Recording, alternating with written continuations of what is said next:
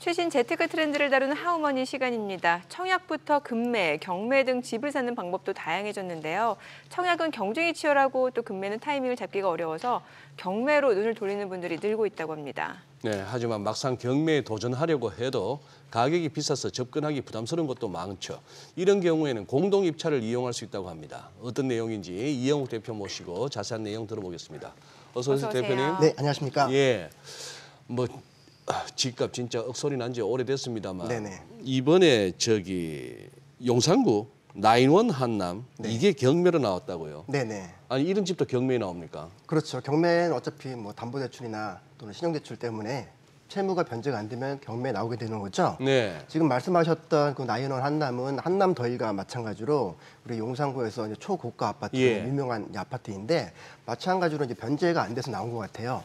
지금 화면을 잠깐 보시면은 지금 현재 기준으로 서초, 강남, 또 용산, 송파 이렇게가 지금 투기 과열 이자 조정 네. 대상으로 되어 있는데 지금 감정 가격이 78억 5천만 원입니다. 네, 7억 8천이 아니죠. 예. 78억 5천만 원인데 사실 그 50억대 이상으로 나온 게 첫 번째는 아니었고 올 1월 달쯤에 아이파크 삼성이 네. 50억에 나왔다가 51억에 낙찰된 바가 있었어요. 예. 네, 지금 현재 8월 달 기준으로 한 60억에 거래가 됐더라고요. 경매로 나와서 한 10억 정도 지금 차익이 된 것 같은데 이 물건도 지금 보면 가장 최근에 실거래가가 90억이었어요. 예. 보게 되면 그리고 매물 호가는 지금 105억까지 나온 걸로 좀 파악이 됐습니다.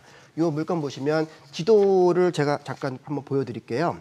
지금 전용 면적이 44평 정도로 되어 있는데 우리 너무나 잘 아시죠? 그 화면 좌측 하단에 민트 색깔로 지금 쳐 있는데 저게 바로 이제 한강 위쪽에 있는 한남 뉴타운이라고 하는 곳입니다. 그 한남 뉴타운은 아래가 있으니 용산 전체가 지금 발전이 되고 있고 오른쪽으로 가게 되면 이제 원이 두 개 있는데 나인원 한남과 오른쪽에 있는 원이 바로 한남 더 힐이에요. 그렇죠? 네. 이렇게 두 개가 있어서 이게 지금 매각기일이 사실 오늘이 촬영일인데 내일이에요. 내일이라서 지금 어떻게 진행이 될지 한번 관심 있게 지켜보고 있습니다. 감정가 자체도 워낙 지금 고가다 보니까 이게 뭐 네. 한 사람이 입찰을 받으면 좋겠습니다만 네네. 이게 또 공동 입찰도 가능하다면서요. 그렇죠. 우리가 사실 항상 어떤 물건에 이제 투자를 하려고 할 때 자금 이슈가 항상 걸려요. 예. 6억짜리 하고 싶은데 5억이 있다. 또 뭐 10억 하고 싶은데 그렇죠. 8, 9억이 있다. 이렇게 되는 경우들이 많은데 공동 입찰 또는 공동 투자를 꼭 권유한다기보다도 약간의 자금의 이슈가 있을 때 또는 같이 뭔가 공유로서 또는 공동 투자로서 같이 할 때 참고하시라고 한번 안내를 한번 드리려고 제가 한번 이슈를 한번 말씀을 드릴게요. 우리가 이제 예를 들어서 부부간에 공동 명의로 이제 아파트를 취득을 하는 경우들이 있잖아요. 그런 거와 마찬가지로 이 경매에 나올 때 소유자가 한 명이 아니라 2명, 3명 이렇게 들어가 있는 물건들이 있겠죠. 네. 그런 것들이 이제 공유라고 하는 건데 지금 나오는 이제 설명을 드리려고 하는 것들은 소유자가 한 명인데 취득을 할 당시에 2명, 3명이 동시에 뭐 지분을 좀 나누어서 투자를 하려고 하는 게 바로 공유예요. 예를 들자면 뭐 10억 정도 하는 아파트가 나왔을 때 내가 5억 또 상대방이 5억 이렇게 둘이 들어가자 하게 되면 나중에 이 시세가 올랐을 때 그 시세의 반만큼 둘 다 이제 시세 차익을 가져갈 것이고 또 재산세도 반씩 가져갈 것이고 그렇죠? 그런 이슈들이 있어서 공유 또는 공동 입찰을 하게 되면 저렇게 등기사항 전부 증명서라고 하는 란에 본인의 이름하고 몇 프로, 보통 몇 분의 몇 이렇게 표시가 되고 있죠. 이렇게 지분으로 우리가 공동 투자를 할 수가 있다는 거 한번 참고 삼아 말씀을 한번 드려보고 싶어요. 네네. 네. 대표님 아까 그 자료 화면에 나왔던 그 아파트가 지금 네. 말씀하신 그 한남동의 나인원 네네. 한남이에요? 네, 맞습니다. 그 아파트입니까? 네. 저렇게 비쌀 이유가 뭐죠? 솔직한 얘기로. 이 이제 보통 네. 이쪽 시장에서 얘기를 할 때 그 일반 저런 물건 같은 경우에는 거래 횟수가 빈번하지가 않고 이제 그 여기도 마찬가지로 아까 뭐 파킹 얘기 잠깐 하셨죠. 파킹 통장 뭐 이런 것도 있다시피 우량 자산에 묻어두고 거기서 여유로운 시간을 좀 보내고 싶은 그런 그 실거주분들이 많이 있으신 것 같아요. 네. 뭐 100억 넘는 것도 많고 우리 성수동 가면 뭐 갤러리아 포레라든지 뭐 아쿠로 서울스 포레스트 이런 것도 일반 아파트 가격보다 훨씬 높이 거래가 되고 있거든요. 그리고 일단 대형 평수고요. 40평대 후반, 50평, 60평, 80평 뭐 이렇게 구성이 되어 있다 보니까 네. 아까 청구 소송도 네네. 나왔는데 이거는 어떤 건지 좀 설명을 해주세요. 네, 청구 같이 소송. 한번 해드릴게요. 그러면 예. 조금 제가 예를 한번 드려볼게요. 네네. 우리 예를 들어서 뭐 이정민 앵커님하고 네. 이준우 앵커님하고 두 분이 한 4억 정도를 2억씩 마련을 해서 공동 투자를 하려고 해요. 네. 그렇죠? 근데 우리가 취득은 쉬운데 예를 들어서 뭐 이정민 앵커님은 중간에 계속 월세를 나는 뭐 한 150만 원씩 계속 받는 게 목표니까 그냥 네. 오랫동안 보유했으면 좋겠다. 예. 근데 우리 또 이진우 앵커님은 이거 지금 올랐을 때 지금 한 3억 정도 올랐으니까 팔자. 지금 빨리 팔자. 예. 근데 소유자는 두 분이잖아요. 예, 예. 이게 뜻이 안 맞죠. 그렇죠. 예. 뜻이 안 맞으니까 이걸 마음대로 못 팔잖아요. 네. 근데 결국에 뜻이 안 맞게 되는데 본인의 재산권을 행사하지 못하니 법원 노크를 하게 돼요. 판사님 이거 팔고 싶은데 상대방하고 지금 협조가 안 됩니다. 이거 팔아주세요 하라면 소송이라는 형태를 거쳐서 1년 뒤쯤에 이 물건이 강제적으로 경매 시장에 나와요. 강제적으로. 예. 왜냐하면 상대방이 그럼 동의를 안 하기 지금 때문에. 이 예에서 정민 앵커는 팔기 싫은 거 아닙니까? 그렇죠. 그런데 그렇지만 법원이 경매에 넘기면 팔리죠. 허허. 예, 왜냐하면 처분권이 둘 다 동의를 해야지 팔 수가 있는데 네. 이건 마찬가지 부부라도 마찬가지입니다. 글쎄, 부부가 예. 반반해서 5억 해서 10억 정도 아파트를 갖고 있는데 이걸 팔고 싶은데 남편은 팔고 싶은데 아내는 안 팔고 싶어.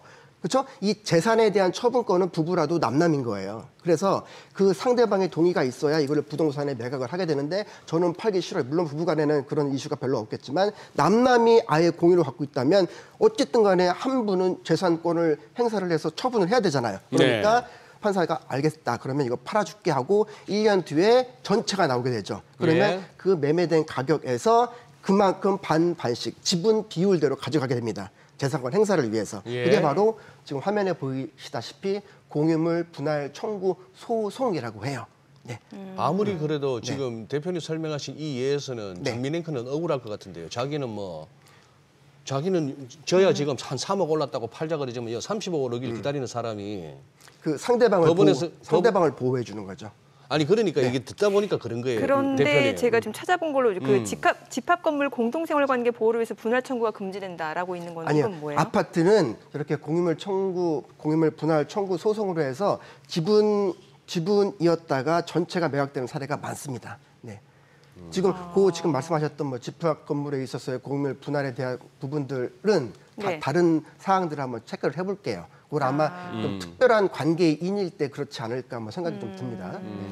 부부간에 나오는 저 공유물 분할도 종종 나오게 됩니다. 그래요? 공동생활관계 보호를 위해서 분할 청구가 금지된다라고 네네. 되는데 이건 좀 다른 내용이에요. 네, 제가 한번 확인을 해볼게요. 네, 확인을 하고 좀 네. 다음 시간에 네. 알려주세요. 네, 근데 지금 말씀드렸던 거는 일반 개인들이나 네. 부부간에서 특히 뭐 이혼이 준비된다든지 하면 네네. 저런 이슈들이 많이 있죠. 예. 제 일감은 그렇습니다. 아주 절친 사이에서도 동업하다 보면 의상하고 힘들죠. 뭐 이런데 이 공동임차리라는 게 만만치 않겠다 싶은데 어떤 장단점을 한번 좀 설명해 주시죠. 제일 큰 거는 네. 일단 자금에 대한 이슈가 있을 것 같아요. 자금? 네, 네. 정말 이제 부동산을 보는 안목도 있고 이 입지에 이런 물건 정말 갖고 싶은데 자금이 지금 부족하단 말이에요. 그러다 보니까 이제 말 그대로 뭐 사업 파트너가 있듯이 요거 나랑 같이 들어가자라고 하는 건데 아까처럼 이제 지분이다 보니까 처분은 안 되죠.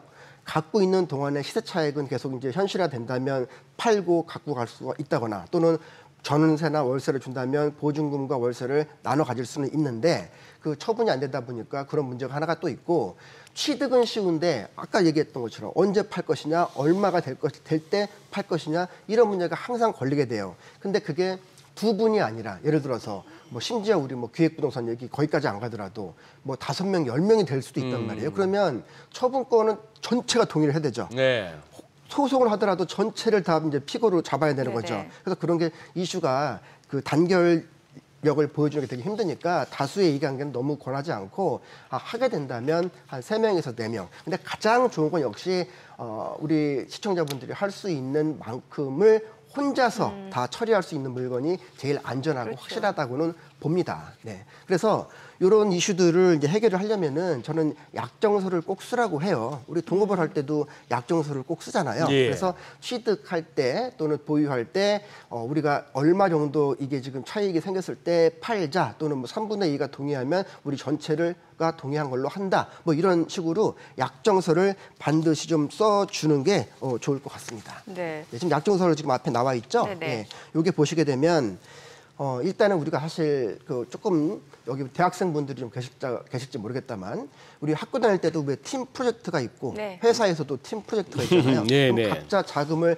몇 대 몇으로 묶을지 또 부동산이라고 한다면 우리 이제 소위 말하는 현장 조사라는 거 임장도 있잖아요. 또 누구는 세무 관계를 또 조사해야 될 필요도 있고 누구는 또 요거 부동산에 내놓고 부동산과 같이 뭐 같이 협업하는 그런 파트를 맡을 수도 있고 이렇게 각각의 그 뭐 업무 분장이라고 할까 또는 직무 분담 이런 것도 만들어 놓고 거기에 소요되는 기간과 비용도 분명히 이 수익에 또는 비용에 처리를 해 드려야 될 거예요. 그렇죠? 그런 부분들 또 대출을 받을 때 누구 명의로 할 것이냐 얼마를 받을 것이냐 이런 것까지 다 취득에서부터 보유하고 나중에 양도할 때까지 자금 투자분 각자의 업무 롤에 대한 거 비용 처리 그리고 추후에 이제 엑시트할 때 또는 매도할 때 이런 부분들에 대한 경우의 수를 모두 다 깔끔하게 한 장 약정서를 적어놓고 이렇게 하는 게 안전합니다. 아무리 친구가 아니라도 사업 아주 신뢰가 있는 파트너라고 하더라도 저런 부분들은 꼭 필요하다고 봅니다.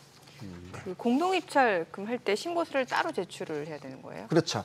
우리가 일반적인 매매에서도 이제 같이 공동으로 취득을 할 수도 있지만 네. 경매 시장에서 어떤 물건을 부부가 또는 어떤 파트너가 친구끼리 한번 우리도 한번 뭐 경매를 같이 한번 해보자라고 했을 때 일반적으로는 우리가 법원 갈 때 화면 보시다시피 본인 입찰로 신분증하고 본인 도장하고 입찰 보증금 대부분 10%죠. 이제 보증금이라고 해서 그런데 우리가 공동으로 가게 된다면 두 사람이 동시에 다 법원에 가야 돼요.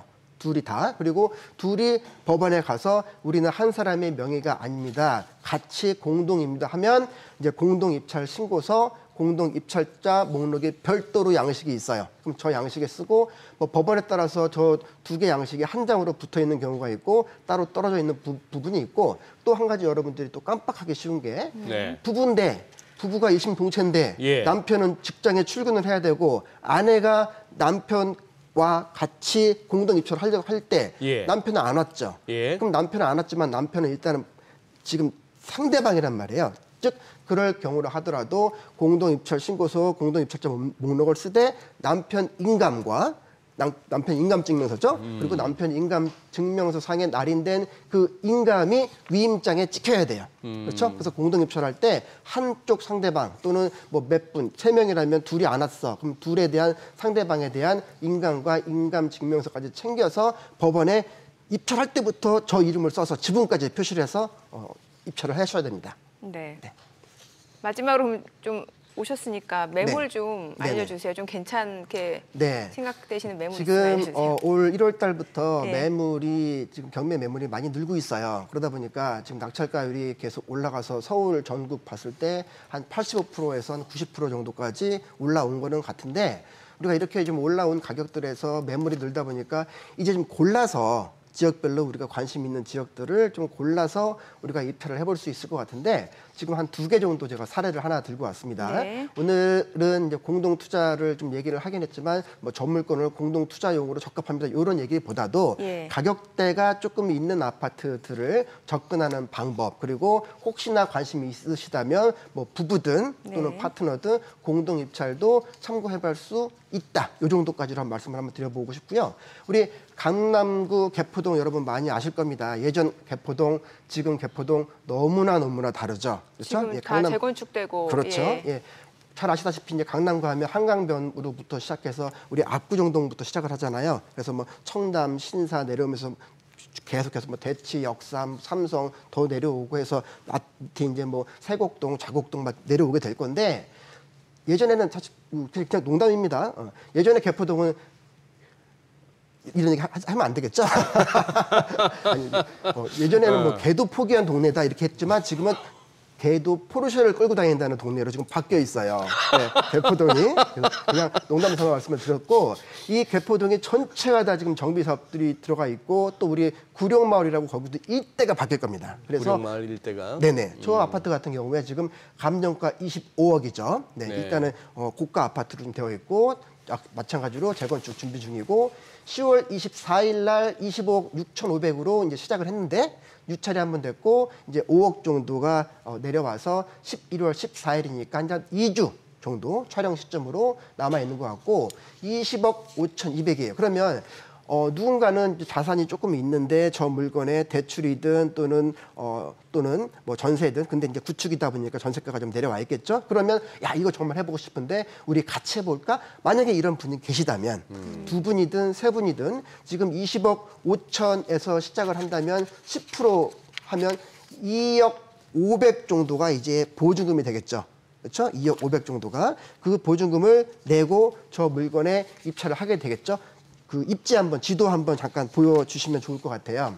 여러분들 너무나 잘 알고 계시겠지만 지금 개포 1차하고 개포 1차 아파트라고 되어 있는데, 이 아파트가 지금 수인분당선, 우리 수자가 수원이죠? 이는 인천이죠? 근데 저게 청량리까지 가게 돼요. 저 수인분당선 구령역하고 우리 3호선 고속터미널까지 이어지는 3호선 매봉역이 인접해 있고 초중고를 끼고 있고, 이 현대 1차가 인근 아파트 2개 단지랑 지금 신속 통합 기획으로 일대가 완전 대단지 아파트로 변모를 합니다. 그렇죠? 그러면 지금 안 그래도 개포동에 전체가 다 지금 천지개벽하고 있는데, 이런 물건들의 초기 단계이긴 하지만 나중에 시세 차익도 많이 있을 거로 보이고요. 네. 하나 더 보여드릴게요. 마찬가지로 이것도 이제 고가이긴 한데 아까보다는 살짝 지금 내려와는 있어요. 17억 5천만 원이죠. 용산 롯데캐슬 센터폴에 용산에 대한 입지가 예전보다 많이 지금 상승했습니다. 예전에 뭐 강남, 서초, 송파, 강동 이렇게 했었는데, 지금은 뭐 강남, 서초, 용산, 강동 이거 아닙니까? 막 이렇게 지금 얘기를 많이 하고 있는데, 자, 용산의 롯데캐슬 센터포레라고 하는 아파트이고 지금 17억 5천이고 14억이니까 1억 4천 입찰 보증금이죠. 예, 저거부터 만약에 공동 투자한다면 뭐 7천씩 한다든지, 나중에 잔금 처리도 마찬가지로 그렇게 해볼 수 있고, 이것도 입지 한번 같이 볼게요. 살짝만.